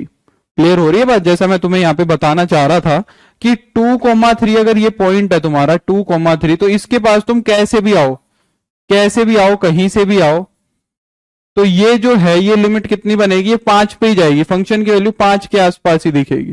ठीक है, हाँ बिल्कुल दीपक। अब ये जरूरी नहीं है कि हम ये मेथड डायरेक्टली देख पाए, अब ये जरूरी नहीं है कि हम क्या कर पाए, डायरेक्टली देख पाए। ऐसा भी हो सकता है, ऐसा भी हो सकता है, देखो ऐसा भी हो सकता है कि मान लो मैं यहां से चल के आया ना, माना ये तुम्हारा 2,3 पॉइंट है, वो फिगर तो चलो बना रहने दो, तुम्हें थोड़ा सा आइडिया लग जाएगा समझने में। मैं एक और बनाता हूं, देखो ठीक है, ये माना तुम्हारा z एक्सिस है, माना यहां पे तुम्हारा x है, यहां पे y है, और यहां पे तुम्हारा z है। अब मान लो यहां पे तुम्हारा 2-3 पॉइंट है, तो ऐसा भी कई बार मिल सकता है मेरे को कि जो फंक्शन को, मान लो मैं यहां से चल के आया ना, इस रास्ते से, इस रास्ते से चल के आया, तो मैंने देखा फंक्शन कहां पे मिल रहा है, 2 पे मिल रहा है सपोज। अगर मैं यहां से चल के आया तो मैंने देखा कि फंक्शन 5 पे जा रहा है। मैं यहां से ऐसे चल के आया तो मैंने देखा कि फंक्शन किस पे जा रहा है। मैं सर्कुलर तरीके से चल के आया तो मैंने देखा कि फंक्शन और किसी पे जा रहा है। अलग अलग तरीके से अप्रोच करने पे, अलग अलग तरीके से अप्रोच करने पे फंक्शन की वैल्यू अलग भी जा सकती है। ये चीज वन डायमेंशन में कैसे हो रही थी, ये चीज वन डायमेंशन में बस ऐसे हो रही थी कि यहां पे मान लो 5 है, यहां पे मान लो 5 है। अब 5 के पास अलग अलग तरीके से जाने का मतलब बस दो ही था, वहां पे 5 के पास अलग अलग तरीके से जाने का मतलब बस दो ही बातों से था कि या तो लेफ्ट से चल के चले जाओ या राइट से चल के चले जाओ, यही मतलब था बस। इसको तो हमने बोल दिया था लेफ्ट हैंड लिमिट और इसको बोल दिया था राइट हैंड लिमिट। इस लाइन पे और कोई तरीके से चलने का तो ऑप्शन ही नहीं है क्या, तुम बताओ। इस लाइन के ऊपर और कोई तरीके से तो चलने का कोई मतलब ही नहीं है। तो दो ही चीजें चेक करने की होती थी, बस दो ही चीजें चेक करने की होती थी कि एलएचएल देख लो, आरएचएल देख लो, अगर दोनों तरफ से फंक्शन सेम जा रहा है तो लिमिट एग्जिस्ट कर जाएगी। पर अगर अब तुम्हारा फंक्शन कुछ ऐसा बन रहा है, जहां पे एक्स वाई एक प्लेन के अंदर है, जहां पे तुम्हारा ये जो पॉइंट है ना 2,3 ये एक प्लेन के अंदर है। अब यहां पे इनफाइनाइट रास्ते हो गए। हो सकता है तुम सर्कल की फॉर्म में आ रहे हो, नेबरहुड तुम सर्कुलर देख रहे हो सकता है तुम नेबरहुड रेक्टेंगुलर देख रहे हो सकता है नेबरहुड तुम इलिप्स की शेप में देख रहे हो सकता है नेबरहुड तुम पैराबोला की शेप में देख रहे हो सकता है नेबरहुड तुम स्ट्रेट लाइन से जा रहे हो, सीधी लाइन से भी जा सकते हो, समझ रहे हो, दुनिया जहान के तरीके। हो सकता है तुम हाइपरबोला से देख रहे हो। तो यहां पे नेबरहुड बनाने के मेरे पास इनफाइनाइट तरीके हो गए। यहां पे सिर्फ दो ही तरीके हैं, लेफ्ट हैंड लिमिट और राइट हैंड लिमिट, ये 1 डायमेंशन में, वो 2 डायमेंशन में। अब यहां पे जो नेबरहुड बना, ये सारे नेबरहुड पे अगर फंक्शन सेम 5 वैल्यू दे रहा है, अगर यहां पे सेम तुम्हारा फंक्शन 5 वैल्यू दे रहा है, तो हम कहेंगे कि फंक्शन की लिमिट एग्जिस्ट कर रही है। अगर इनमें से एक तरीका भी ऐसा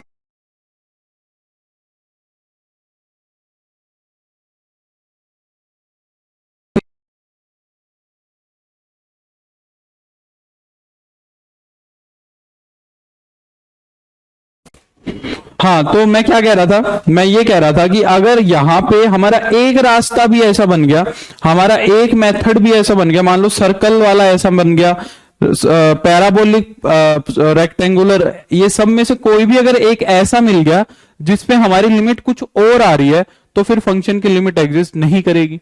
अब इन सबको चेक कैसे करेंगे, ठीक है? हाँ ठीक है दीपक। अब मैं इन सारी चीजों को चेक कैसे करोगे, ये चीजों को चेक करना मुश्किल हो जाता है हमारे लिए। 2 वेरिएबल में बहुत मुश्किल काम हो जाता है। 2 वेरिएबल के अंदर ये चीजें बहुत मुश्किल बन जाती हैं, क्योंकि इन सबको चेक करना बहुत ज्यादा टिपिकल हो जाता है, बहुत ज्यादा टिपिकल हो जाता है इन सारी चीजों को चेक करना, ठीक है? तो इन सारी चीजों को हम अब चेक कैसे करेंगे, मैं तुम्हें कुछ एग्जाम्पल्स लेके दिखाता हूं। देखो, मैं तुम्हें कुछ एग्जाम्पल्स लेके दिखाता हूं। जैसे कि सपोज मैंने तुमसे कैलकुलेट करवाया limit x comma y approaches to 0 0, x comma y approaches to, हाँ हो जाएगा सोनम, 0,0, और यहां पे मान लो मैंने कह दिया x square plus y square upon में x square minus y square, इसकी लिमिट कैलकुलेट करो। अब मैं तुम्हें दिखाऊंगा कि किस तरीके से कि लिमिट है ना अलग अलग जा सकते हैं। यहां से तुम्हारा ये क्वेश्चन बन सकता है, ठीक है? ये क्वेश्चन तुम्हारा बन सकता है, इसका ध्यान रखना। अभी से एक क्वेश्चन से मैं तुम्हारे को लिमिट सारी खत्म करवा दूंगा। जल्दी देखो, बताओ, लिमिट और कॉन्टिन्यूटी आज फिनिश करनी है हमें, किसी भी हालत में लिमिट और कॉन्टिन्यूटी करनी फिनिश है। बताओ, खुद से एक बार ही ट्राई करो जल्दी से।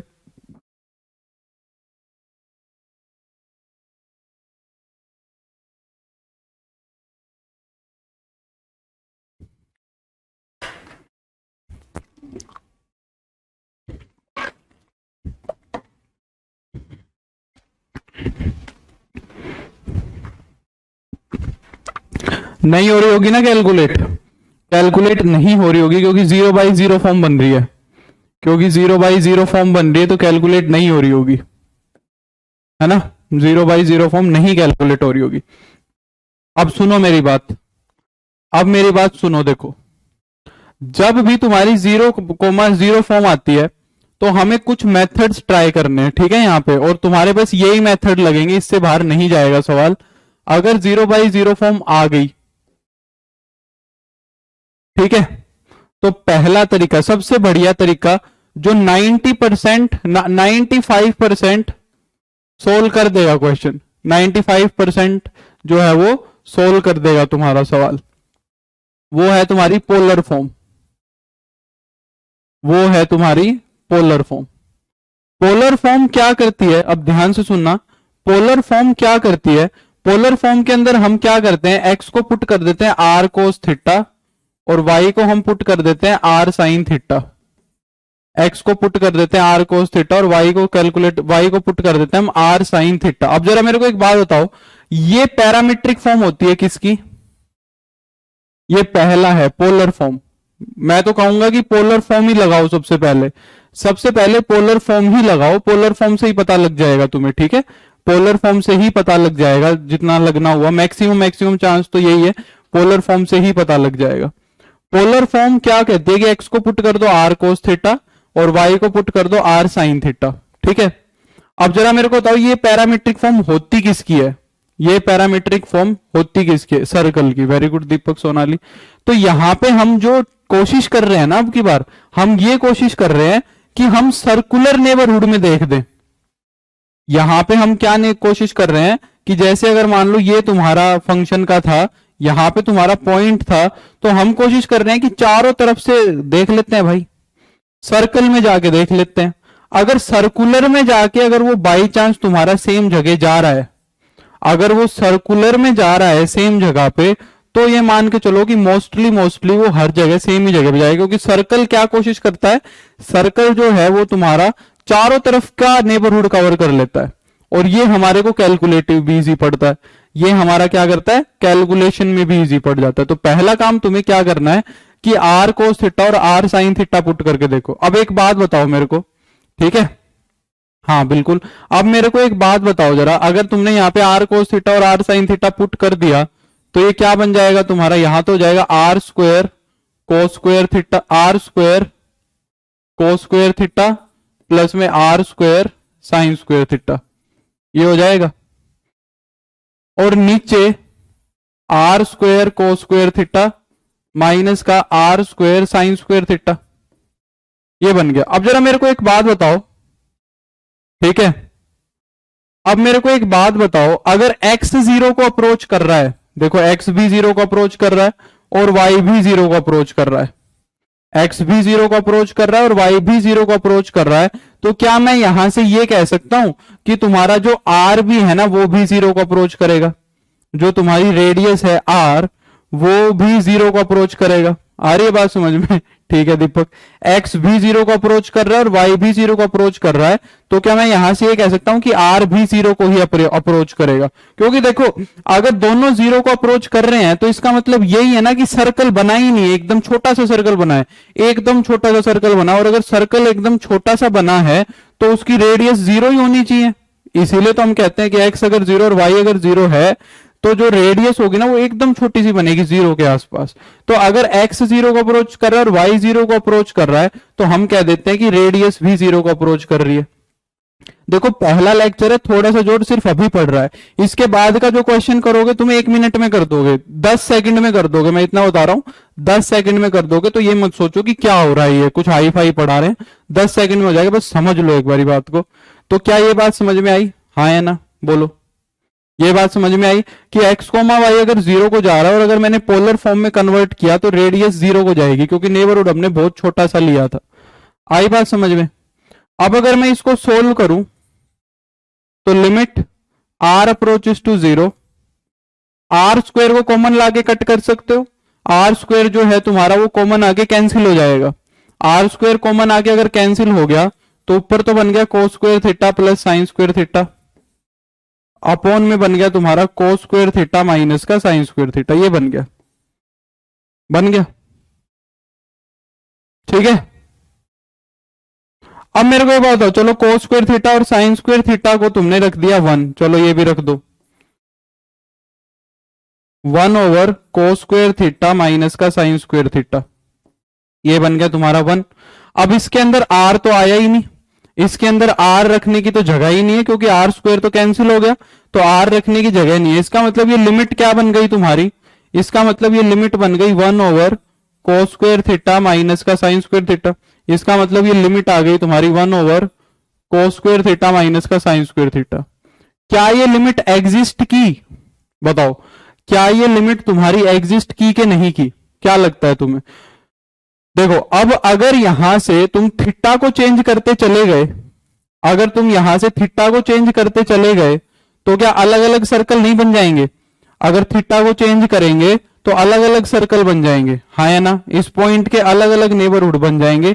अगर थीटा को चेंज करते गए तो अलग अलग नेबरहुड बनेंगे और लिमिट भी अलग अलग निकलती आएगी सब पे, क्योंकि थीटा अलग रखोगे तो लिमिट और कुछ निकल के आएगी, 0 डिग्री रखोगे तो कुछ और आएगा, 60 डिग्री रखोगे तो कुछ और आएगा, 80 90 डिग्री रखेंगे तो कुछ और आएगा। तो जैसे जैसे थीटा चेंज करेंगे तो नेबरहुड हो गया चेंज, तरीके हो गए चेंज, तरीके हो गए चेंज सर्कल को बनाने के, और तरीके चेंज हो गए तो उसके साथ फंक्शन भी अलग अलग जगह जा रहा है। तो ये लिमिट यूनिक है ही नहीं, ये लिमिट क्या है तुम्हारी, यूनिक है ही नहीं, विच इज नॉट यूनिक, क्योंकि ये थीटा पे डिपेंड कर गई, विच इज नॉट यूनिक, ये जो है ये थीटा पे क्या कर गई, डिपेंड कर गई। जैसे जैसे थीटा चेंज होगा वैसे वैसे लिमिट चेंज हो जाएगी, as it depends on theta. ये किस पे डिपेंड कर गई? थीटा पे डिपेंड कर गई। तो ये यूनिक है ही नहीं, तो क्या ये एग्जिस्ट करेगी? क्या ये लिमिट एग्जिस्ट करेगी? नहीं करेगी। तो हम बोल देंगे कि ये क्या है? डज नॉट एग्जिस्ट है। तो हम बोल देंगे कि ये एग्जिस्ट नहीं करेगी।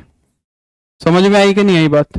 बोलो, समझ में आई या नहीं आई बात? पहला तरीका तो ये है। अब इसके अंदर तुम्हें कब पता लगेगा कि लिमिट एग्जिस्ट कर रही है? अब इसके अंदर तुम्हें पता कैसे लगेगा कि लिमिट एग्जिस्ट कर रही है? अब जैसे देखो, मैं तुम्हें एक क्वेश्चन और देता हूं कि भाई लिमिट x कोमा वाई, अब खुद से करने की कोशिश करो। मान लो मैंने तुम्हें दे दिया x cube plus y cube upon में एक्स माइनस वाई। बताओ, चलो ट्राई करो, इसकी लिमिट कैलकुलेट करने की कोशिश करो। 0/0 फॉर्म बन रही है, लिमिट कैलकुलेट करने की कोशिश करो। बताओ।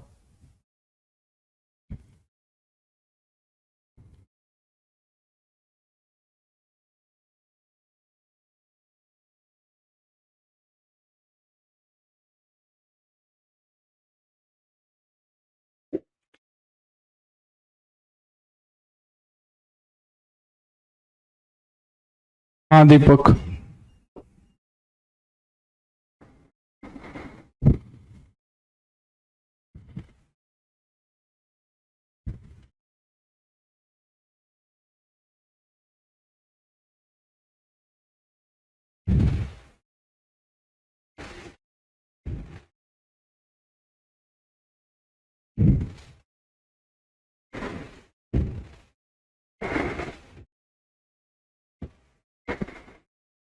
बताओ, इतनी देर का थोड़ी ना था सवाल, इतनी देर का क्वेश्चन नहीं था, बहुत इजी था। अगर तुमने r cos theta r sine theta किया होगा तो ये बनेगा, अगर limit r approaches to 0 r cube cos cube theta plus का r cube sine cube theta, ये बन गया होगा। नीचे आ गया होगा आर कोस थीटा माइनस का आर साइन थीटा, है ना। डज नॉट एग्जिस्ट कैसे आ गई राखी? इसमें से आर थोड़ी ना खत्म हुआ होगा, ऊपर से आर क्यूब कॉमन आया, ये बन गया कोस क्यूब थीटा प्लस का साइन क्यूब थीटा। नीचे आ गया तुम्हारा क्या? आर कोस थीटा माइनस का साइन थीटा। एक आर से एक आर कैंसिल हो गया, आर स्क्वायर बन गया। अब 0 रख दो आर को, आर को 0 रखोगे तो आर के 0 होते ही सारा ही 0 हो जाएगा। 0 के मल्टीप्लाई में ये आएगा तो 0 हो गया, 0 के मल्टीप्लाई में सारा आ गया तो 0 हो गया। आर की वैल्यू तो पुट करवाओ तो 0 आ गई लिमिट, तो एग्जिस्ट कर तो रही है। क्यों नहीं कर रही? लिमिट एग्जिस्ट कर तो रही है। नहीं आई बात समझ में? बोलो।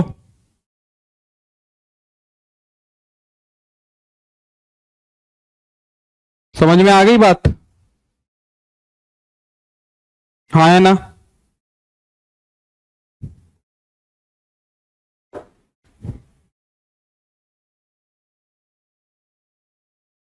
एक और करोगे? एक और करोगे? ये बताओ। इवेल्युएट, ये अभी एक पहला तरीका बता रहा हूं जो लगभग लगभग यही काम कर जाएगा तुम्हारे, ठीक है। इवेल्युएट लिमिट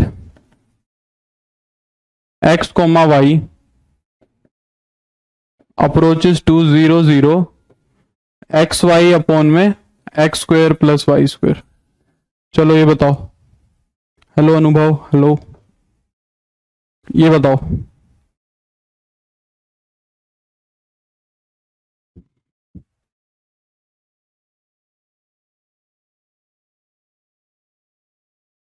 नमस्कार रोहित।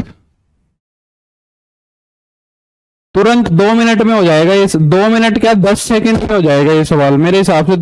10 से 11 सेकंड नहीं लगेगी इस क्वेश्चन को करने में तुम्हें, और इसकी जब तुम कॉन्टिन्यूटी चेक करोगे तो उसमें भी 10 सेकंड ही लगेंगे, ठीक है। वो भी समझना बहुत इजी हो जाएगा।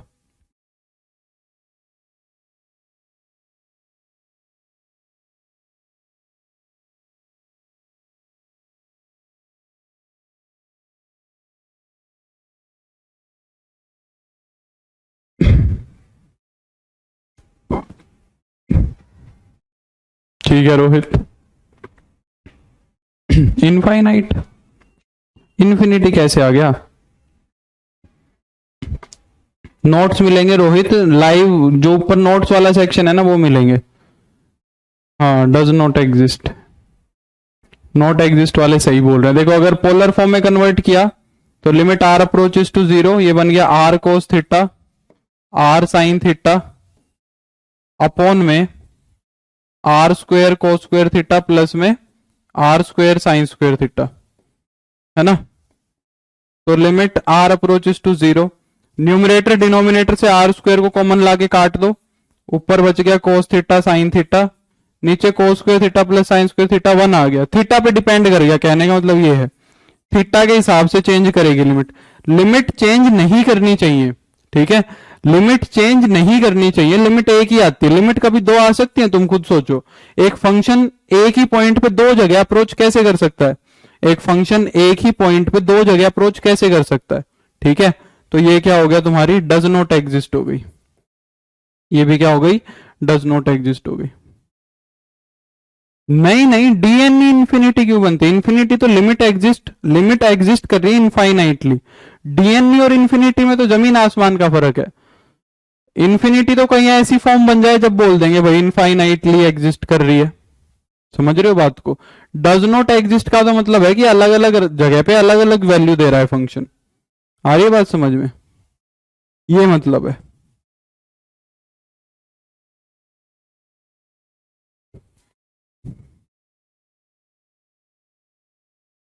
नीचे कैसे आर बच गया नीतू, अरे नीतू ऊपर आर इंटू में आर नहीं दिखा गया तुम्हें, दो आर है ना ऊपर नीतू, एक आर तो ये रहा और एक आर ये रहा, आर स्क्वेयर है ऊपर, एक आर कैसे बच गया नीचे। दोनों जगह रखेंगे ना r cos theta r sine theta, तो इस वजह से इंफिनिटी बना रहे हो तुम, इस वजह से इंफिनिटी बना रहे हो। चलो अब आगे बढ़ते हैं। अब एक दूसरा तरीका और आता है, एक दूसरा तरीका और आता है इन क्वेश्चंस को करने का। सेकंड तरीका, सेकंड तरीका, सेकंड तरीका क्या होता है, सेकंड तरीका होता है मेथड टू। मेथड टू क्या कहता है कि find a path, find paths for the limit for showing the limit does not exist.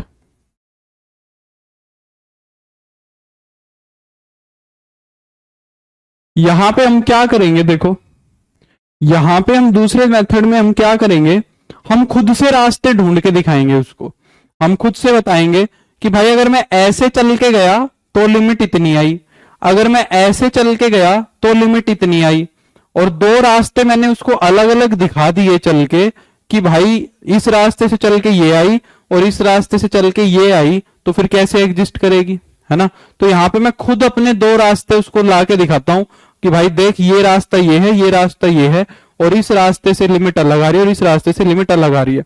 अब रास्ते कितने होते हैं, दुनिया जहान के होते हैं, ठीक है। तुम चाहो अब तुम्हें यहाँ पे जो मन करे वो ले सकते हो। देखो y is equal to m x equation होती है लाइन की, y is equal to m x square होती है तुम्हारी किसकी, या जो भी होती है 4ax होती है तुम्हारी पैराबोला की, यहाँ पे सब आ जाएंगे जितने भी कर्व तुम्हें पता है। पर देखो मोस्टली हमें यूज करना है इसको, और कब करना है ये भी बताता हूं, कब करना है ये भी बताता हूं, मोस्टली ये ही यूज होगा, ठीक है। मोस्टली इसी को यूज करना है, कैसे यूज करना है अब देखो जरा मैं तुम्हें समझाता हूं। जैसे कि मैंने फर्स्ट क्वेश्चन लिया था क्या, limit x comma y approaches to 0 0 x square plus y square upon में x square minus y square, ये लिया था मैंने पहला क्वेश्चन। जिस भी क्वेश्चन में, जिस भी क्वेश्चन में न्यूमरेटर और डिग्री न्यूमरेटर और डिनोमिनेटर में, ठीक है, न्यूमरेटर और डिनोमिनेटर में हर टर्म की डिग्री जब सेम हो, न्यूमरेटर और डिनोमिनेटर में जब हर टर्म की डिग्री सेम हो, मैं यहां पे लिख भी देता हूं when numerator, when each term,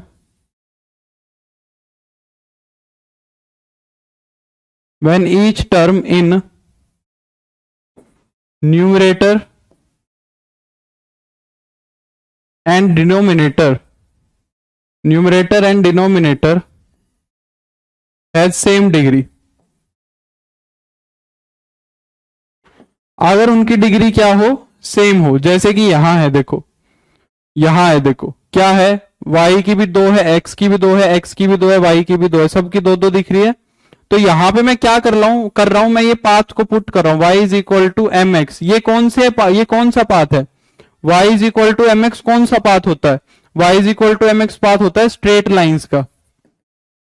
y is equal to m x कौन सा पाथ होता है, स्ट्रेट लाइंस का पाथ होता है। यहां पे बहुत सारी स्ट्रेट लाइंस हैं, m को चेंज करते जाओगे, m को चेंज करते जाओगे तो स्ट्रेट लाइन चेंज होती चली जाएगी, मानते हो।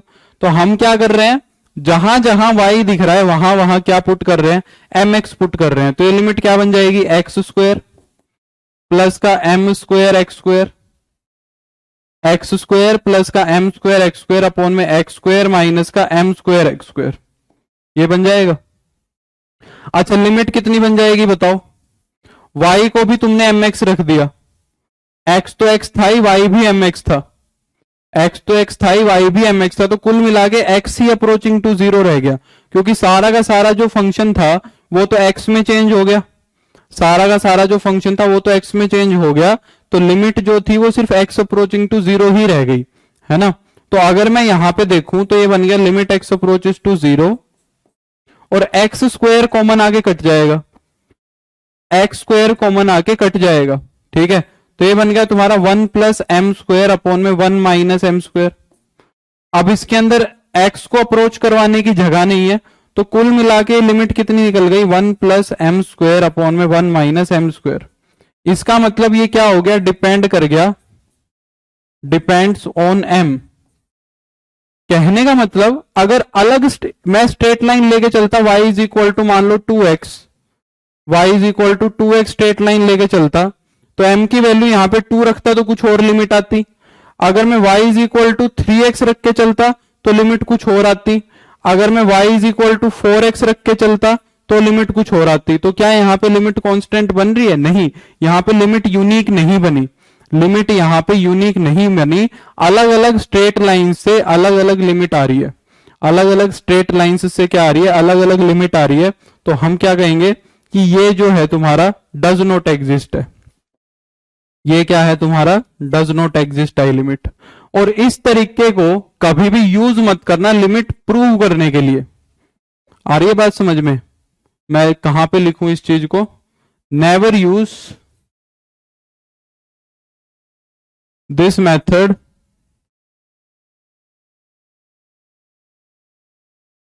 टू फाइंड लिमिट्स, इसको रिजेक्ट करने के लिए यूज करते हैं, इस मेथड को रिजेक्ट करने के लिए ही यूज करते हैं। आ रही है बात समझ में, रिजेक्ट करने के लिए ही क्यों यूज करते हैं और क्यों इसको यूज नहीं कर सकते, तुम खुद सोचो। तुमने सिर्फ स्ट्रेट लाइंस को दिखाया है, तुमने सिर्फ स्ट्रेट लाइंस पे दिखाया है कि अलग अलग स्ट्रेट लाइंस पे अगर मैं जाऊंगा, तुमने सिर्फ स्ट्रेट लाइंस का जिक्र किया है, तुमने अलग अलग स्ट्रेट लाइंस का जिक्र किया, तुमने सर्कल छोड़ दिए, तुमने पैराबोलास छोड़ दिए, तुमने हाइपरबोलास छोड़ दिए। तुम्हारे अकॉर्डिंग मान लो तुमने लिमिट कैलकुलेट करी बाई चांस, ठीक है, और ये लिमिट आ गई 0, तो क्या तुम ये कह दोगे कि भाई लिमिट 0 आएगी, नहीं कह सकते। क्यों, क्योंकि स्ट्रेट लाइंस पे 0 आ रही है। हो सकता है अगर मैं सर्कुलर नेबरहुड लेता तो कुछ और आ जाती, हो सकता है मैं रेक्टेंगुलर नेबरहुड लेता तो कुछ और आ जाती, समझ रहे हो, अगर मैं कोई पैराबोलिक नेबरहुड लेता तो कुछ और आ जाती। तो सिर्फ एक ही नेबरहुड का पता लगा ना तुम्हें कि भाई स्ट्रेट यहां पे एक्स वाई पॉइंट है, यहां पे एक्स वाई पॉइंट है, तो इस पे मैं स्ट्रेट लाइन से अप्रोच कर रहा हूं। तुमने सिर्फ इनकी लिमिट्स निकाली है, जो कितनी आई है, 0 आई है। पर हो सकता है मैं रेक्टेंगुलर नेबरहुड से देखता तो लिमिट कुछ और आ जाती, हो सकता है मैं इलिप्स टाइप का नेबरहुड बनाता तो लिमिट कुछ और आ जाती। तो यहां पे तो सिर्फ एक ही चीज चेक हुई ना, सारी चीजें चेक नहीं हुई।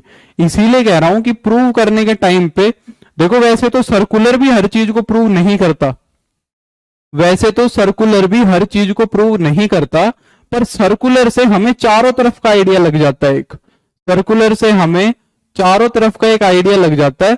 इसीलिए वो 95% मैं बोलता हूं कि वो एक्यूरेट रहता है। कोई बहुत ही बड़ा एक्सेप्शन क्वेश्चन रहता है उसके अंदर वो फेल हो जाता है, बाकी 99% भी बोल सकते हैं कि अगर तुम्हें प्रूव करनी है कोई लिमिट तो तुम पोलर फॉर्म को ही यूज करोगे। प्रूव करने के लिए हमेशा किसको यूज करना है? प्रूव करने के लिए हमेशा पोलर फॉर्म ही यूज करनी है। ठीक है, मैं लिख देता हूं फिर से, टू प्रूव या to find a limit, to find a limit always use polar form, always use polar form. तो पोलर फॉर्म दोनों काम कर देती है, ये मान के चलो, वो रिजेक्ट भी करवा देती है और वो फाइंड आउट भी करवा देती है। क्या ये बात समझ पाए कि नहीं समझ पाए बताओ? क्या ये बात समझ पाए या नहीं समझ पाए? क्लियर हो गई बात? तो जैसे कि मैंने एक क्वेश्चन ये भी लिखा था, सारे क्वेश्चन जो लिखे थे, x comma y approaches to 0 0, यहां पे क्या है? एक्स वाई अपॉन में x square plus y square, ये है। हाँ बिल्कुल दीपक, या 1 प्लस वाई स्क्वेयर ले लो, 1 प्लस वाई स्क्वेयर ले लो, या 1 प्लस वाई स्क्वेयर तो नहीं, x square plus y square ही लो। अब देखो यहां पे न्यूमरेटर की जो टर्म है उसकी डिग्री भी 2 है, न्यूमरेटर की डिग्री है उसकी टर्म भी कितनी है? 2 है। अभी अभी इसको वो करवाया था ना, डज नॉट एग्जिस्ट, अभी अभी इसको डज नॉट एग्जिस्ट करवाया था, इसको नहीं, ये वाला, ये रहा, अभी अभी इसको डज नॉट एग्जिस्ट करवाया था। तो अगर मैं इसको अपने स्ट्रेट लाइन वाले मेथड से कराऊं तो देखो डिग्री सेम है, ऊपर 1 प्लस 1 2 है, यहां भी 2 है, यहां भी 2 है। तो अगर मैं पुट कर दूं y को क्या? mx, अगर मैं y को mx पुट कर दूं तो लिमिट बन जाएगी, limit x approaches to 0, x into में mx, y की जगह mx रख देंगे, अपॉन में बन जाएगा x square plus m square x square. तो एक्स स्क्वायर तो कॉमन आके कैंसिल हो जाएगा, तो ये बन जाएगा limit x approaches to 0 m upon में 1 प्लस एम स्क्वायर। तो ये भी एम पे डिपेंड कर गई, ये भी क्या कर गई? एम पे डिपेंड कर गई। तो इसको भी हम क्या कह देंगे? ये क्या है तुम्हारी? डज नॉट एग्जिस्ट है, क्योंकि एम की वैल्यू के साथ ये भी चेंज करेगी। बोलो समझ पाए या नहीं समझ पाए? ठीक है, तो आज के लिए इतना ही करते हैं। आज एक काम करना, इसके क्वेश्चंस ढूंढने की कोशिश करना। तुम्हारे पास कोई ग्रेजुएशन की बुक होगी, जो भी ग्रेजुएशन की बुक पढ़ी थी अपने टाइम पे, उस ग्रेजुएशन की बुक से क्वेश्चन करने की कोशिश करना, उस ग्रेजुएशन की बुक से क्वेश्चन करने की कोशिश करना। कल मैं इसकी कॉन्टिन्यूटी बता दूंगा, 1 मिनट लगेगी, मैं थोड़े से क्वेश्चन करवा दूंगा कॉन्टिन्यूटी के, 5 मिनट लगेगी, क्योंकि लिमिट हो गया तो कॉन्टिन्यूटी आ जाएगी। इन क्वेश्चंस का तो पता है सर हमें, डज नॉट एग्जिस्ट है, नहीं पता होगा तो ये मेथड नहीं लगेगा। हाँ बिल्कुल बिल्कुल आरती, ये यही बात है। ठीक है, कल मैं और क्वेश्चंस करवाऊंगा। तो कल हम करेंगे कॉन्टिन्यूटी और पार्शियल डेरिवेटिव में कल ही फिनिश करवा दूंगा, ये टॉपिक हम कल ही फिनिश करके परसों इसके क्वेश्चन लगा के इसको निपटाते हैं। और अब थोड़ा सा स्पीड अप करके चलते हैं। ठीक है, सिलेबस को थोड़ा कवर करेंगे, ये खत्म करते ही फिर तुम्हारा मेरे को स्टैटिक्स और डायनेमिक्स शुरू करना है। करेंगे भाई दीपक, टाइम ही नहीं मिलता है यार, ना तुम्हारे सिलेबस के बीच में ना वैसे। चलो, तो thank you so much, have a good day. मेरे को उम्मीद है आज का लेक्चर पसंद आया होगा। एक बार रिवाइज जरूर कर लेना, तुम लोगों के लिए नया होगा जहां तक मेरे को लग रहा है, रिवाइज जरूर कर लेना। ठीक है, नहीं तो साफ हो जाएगा, जाते ही रिवाइज कर लेना। अब मिलेंगे हम कल। ठीक है, चलो धन्यवाद, बाय।